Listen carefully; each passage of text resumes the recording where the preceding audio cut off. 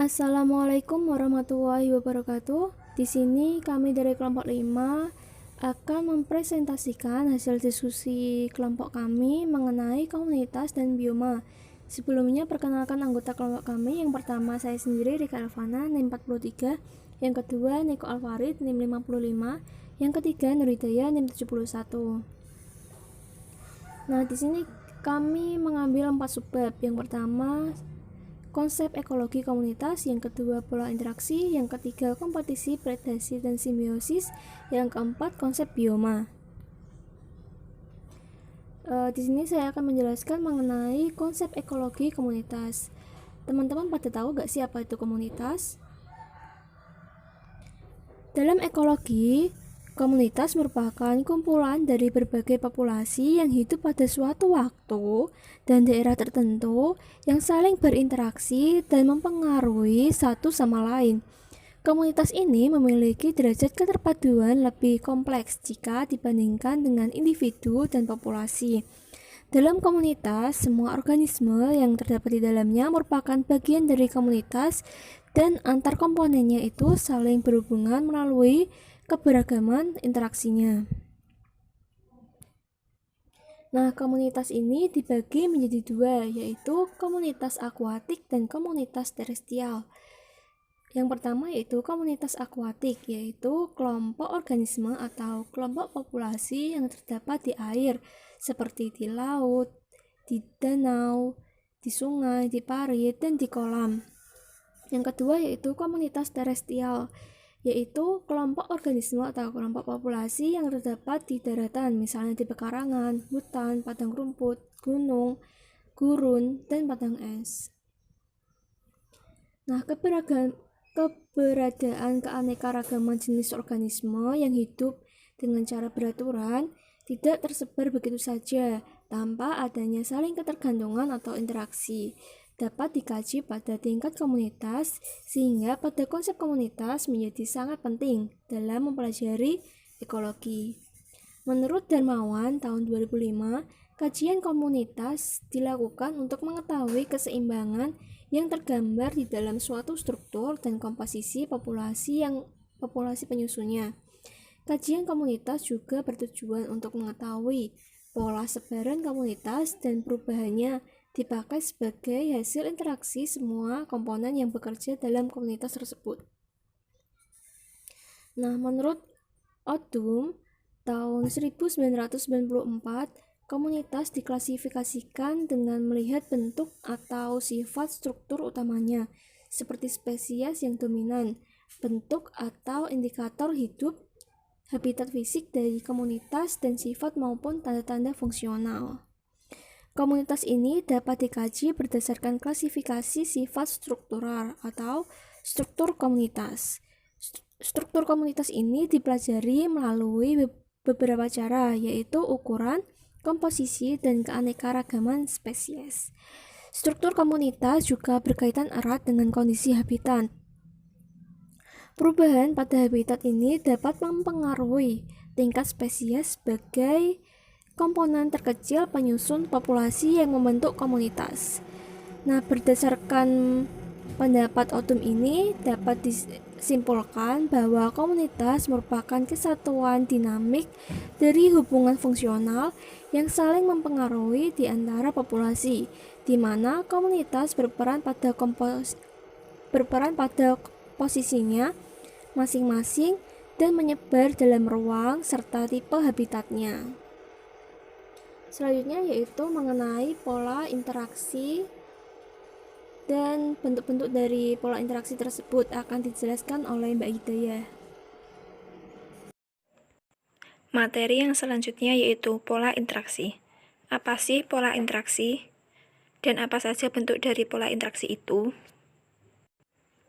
Pola interaksi yakni interaksi yang terjadi antar spesies anggota populasi akan mempengaruhi terhadap kondisi populasi, mengingat keaktifan atau tindakan individu mempengaruhi kecepatan pertumbuhan ataupun kehidupan populasi. Bentuk pola interaksi antara lain yaitu kompetisi. Kompetisi adalah interaksi antar individu yang muncul akibat kesamaan kebutuhan akan sumber daya yang bersifat terbatas, sehingga membatasi kemampuan bertahan atau survival. Pertumbuhan dan reproduksi individu penyaing. Sedangkan menurut Moles, kompetisi didefinisikan sebagai interaksi antar individu yang berakibat pada pengurangan kemampuan hidup mereka. Predasi. Predasi yaitu hubungan antar mangsa dan pemangsa atau predator. Hubungan ini sangat erat sebab tanpa mangsa, predator tak dapat hidup. Sebaliknya, predator juga berfungsi sebagai pengontrol populasi mangsa. Organisme yang memakan organisme lain disebut predator atau pemangsa. Nah, sedangkan organisme yang dimakan disebut prey atau mangsa. Parasitisme. Parasitisme adalah interaksi di mana satu organisme makanannya berasal dari organisme lain yang dirugikan atau inangnya. Parasit dapat digolongkan berdasarkan tempat hidupnya. Yang pertama, parasit yang hidup di dalam tubuh inangnya seperti cacing pita yang disebut endoparasit. Yang kedua, parasit yang mengambil makanan dari permukaan eksternal dari sebuah host seperti kutu disebut ektoparasit. Dalam salah satu jenis tertentu dari parasitisme, serangga parasitoid atau biasanya kumbang kecil bertelur pada inang yang masih hidup. Larvanya kemudian memakan tubuh inang, akhirnya membunuhnya. Contoh parasitisme antara larva serangga dengan inangnya. Mutualisme. Simbiosis mutualistik atau mutualisme merupakan interaksi interspesifik yang menguntungkan kedua spesies. Interaksi mutualisme ini dibagi menjadi dua, yaitu interaksi antara rayap dan mikroorganisme dalam sistem pencernaannya adalah contoh dari mutualisme obligat, di mana setidaknya satu spesies telah kehilangan kemampuan untuk bertahan hidup tanpa mitranya. Yang kedua yaitu dalam mutualisme fakultatif. Seperti dalam contoh akasia semut yang ditunjukkan pada gambar, kedua spesies dapat bertahan hidup sendirian. Contohnya yaitu seperti di samping itu, simbiosis mutualisme antara semut dengan pohon akasia. Komensalisme.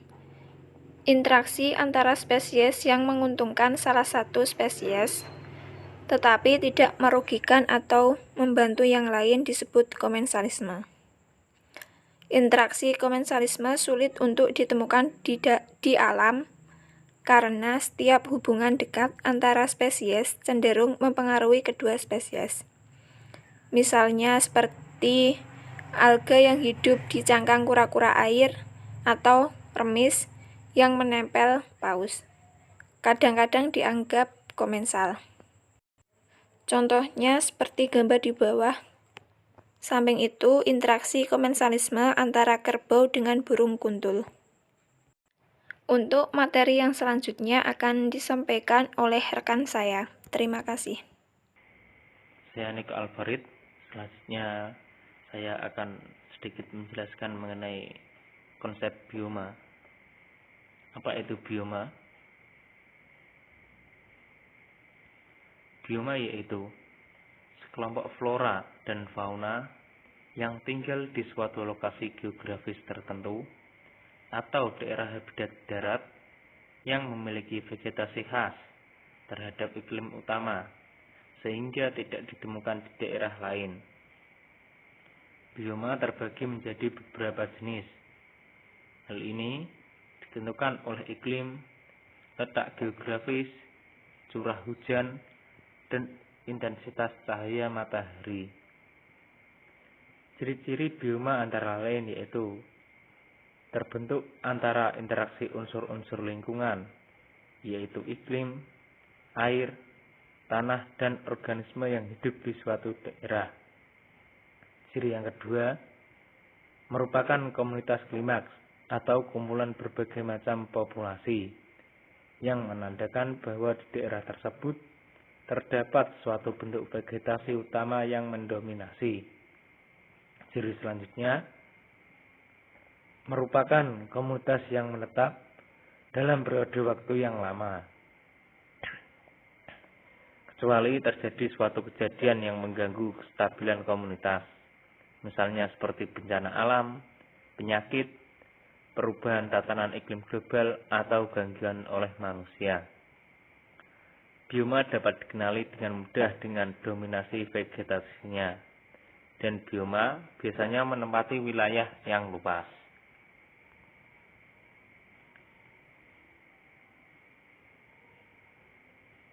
Selanjutnya mengenai macam-macam bioma. Yang pertama, ada bioma tundra. Bioma tundra merupakan bioma yang terdapat di daerah lingkar kutub utara dan sebagian kecil di selatan. Daerah persebaran wilayah bioma tundra pada umumnya terletak di daerah 80 sampai 90 derajat lintang utara atau lintang selatan, seperti kawasan Arktik dan Antartika. Bioma tundra ini memiliki ciri-ciri. Yang pertama, musim dingin berlangsung selama 9 bulan dan musim panas berlangsung selama 3 bulan.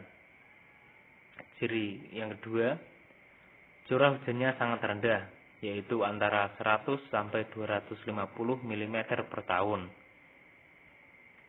Tanahnya sebagian besar adalah batuan induk yang telah mengalami sedikit pelapukan, dan rata-rata suhu tertinggi adalah 10 derajat Celcius dan terendah adalah minus 35 derajat Celcius. Jadi di bioma tundra ini sangatlah dingin. Untuk jenis vegetasi yang hidup di bioma tundra ini, misalnya ada lumut kerak, rumput tegi, rumput kapas, dan terna. Gambar yang atas itu adalah rumput kapas. Sedangkan untuk fauna yang hidup di bioma tundra ini, misalnya ada burung elang, burung hantu, beruang kutub, dan muskok. Di gambar yang bawah itu adalah muskok.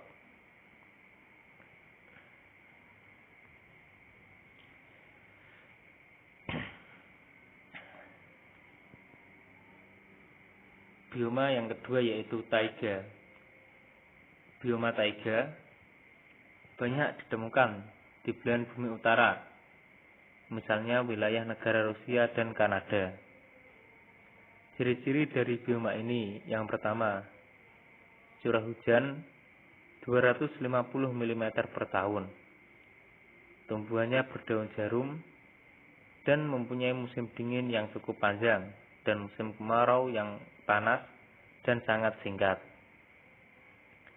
Untuk vegetasi yang hidup di bioma taiga ini, misalnya ada alder juniper, pohon beech, dan pohon spruce. Untuk fauna yang hidup di bioma taiga itu misalnya ada tupai dan serigala.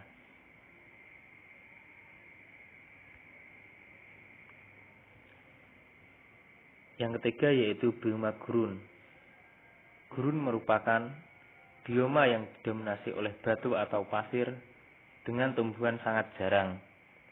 Bioma ini paling luas, terpusat di sekitar 20 derajat lintang utara, mulai dari pantai Atlantik di Afrika hingga ke Asia Tengah.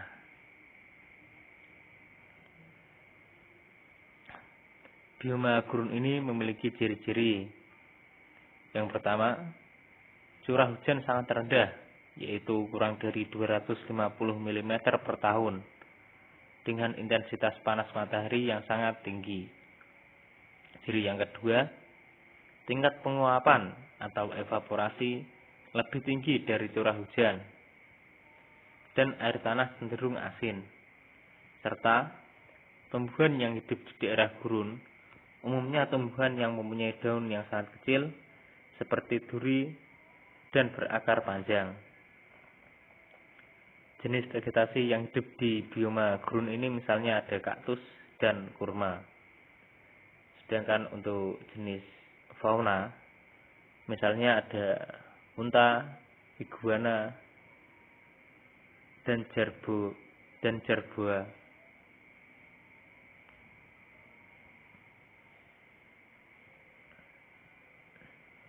Bioma yang selanjutnya adalah bioma sabana. Sabana adalah padang rumput yang diselingi oleh pohon-pohon yang tumbuhnya menyebar, biasanya pohon palem dan akasia.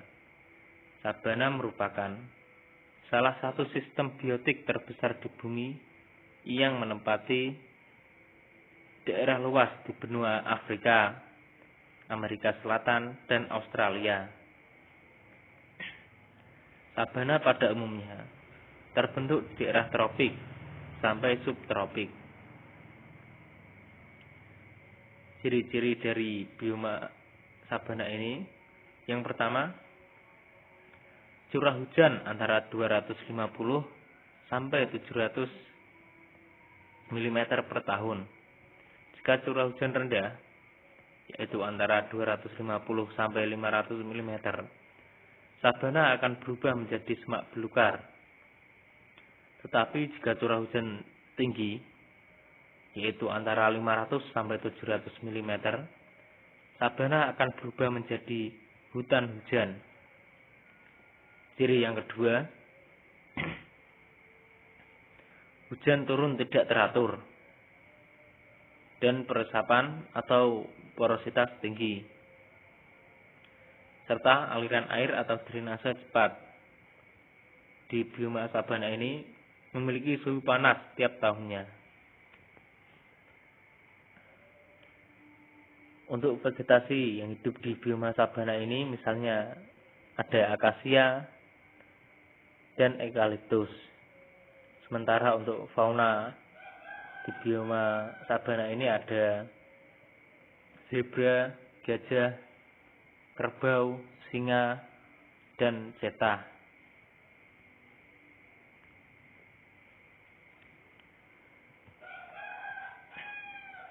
Selanjutnya yaitu bioma hutan hujan tropis. Hutan hujan tropis merupakan bioma yang memiliki keanekaragaman jenis tumbuhan dan hewan yang paling tinggi, meliputi daerah aliran sungai Amazon sampai Orinoco, Amerika Tengah, sebagian besar daerah Asia Tenggara dan Papua Nugini, dan lembah Kongo di Afrika.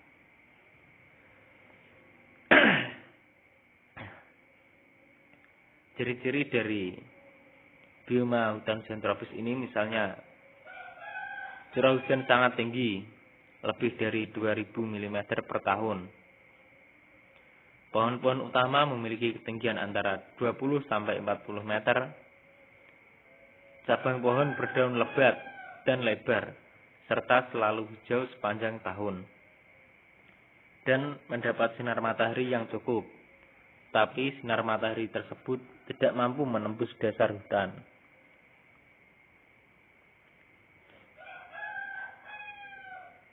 Untuk jenis vegetasi yang hidup di bioma hutan hujan tropis ini, misalnya ada pohon jelutung, rotan, pohon rengas, dan pohon ramin. Sedangkan untuk jenis fauna, misalnya ada gorila, monyet, orangutan, dan simpanse. Yang terakhir yaitu bioma hutan gugur. Bioma hutan gugur terdapat di daerah beriklim sedang,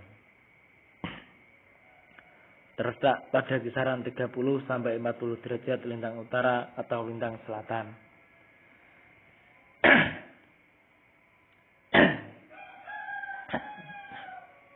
Bioma ini terdapat di wilayah Amerika Serikat bagian timur, ujung selatan benua Amerika, Kepulauan Inggris dan Australia.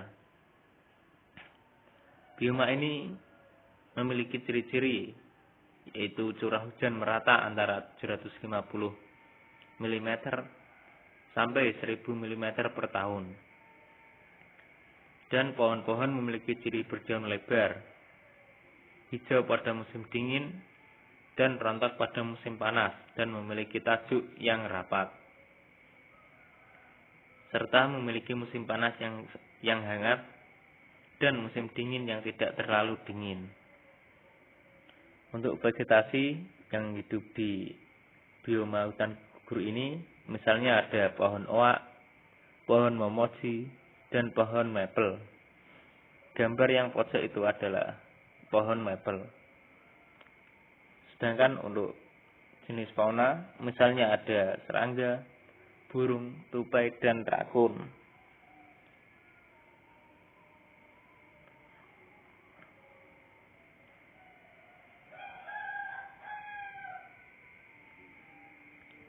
Mungkin hanya itu yang dapat saya sampaikan. Kurang lebihnya saya mohon maaf. Wassalamualaikum warahmatullahi wabarakatuh.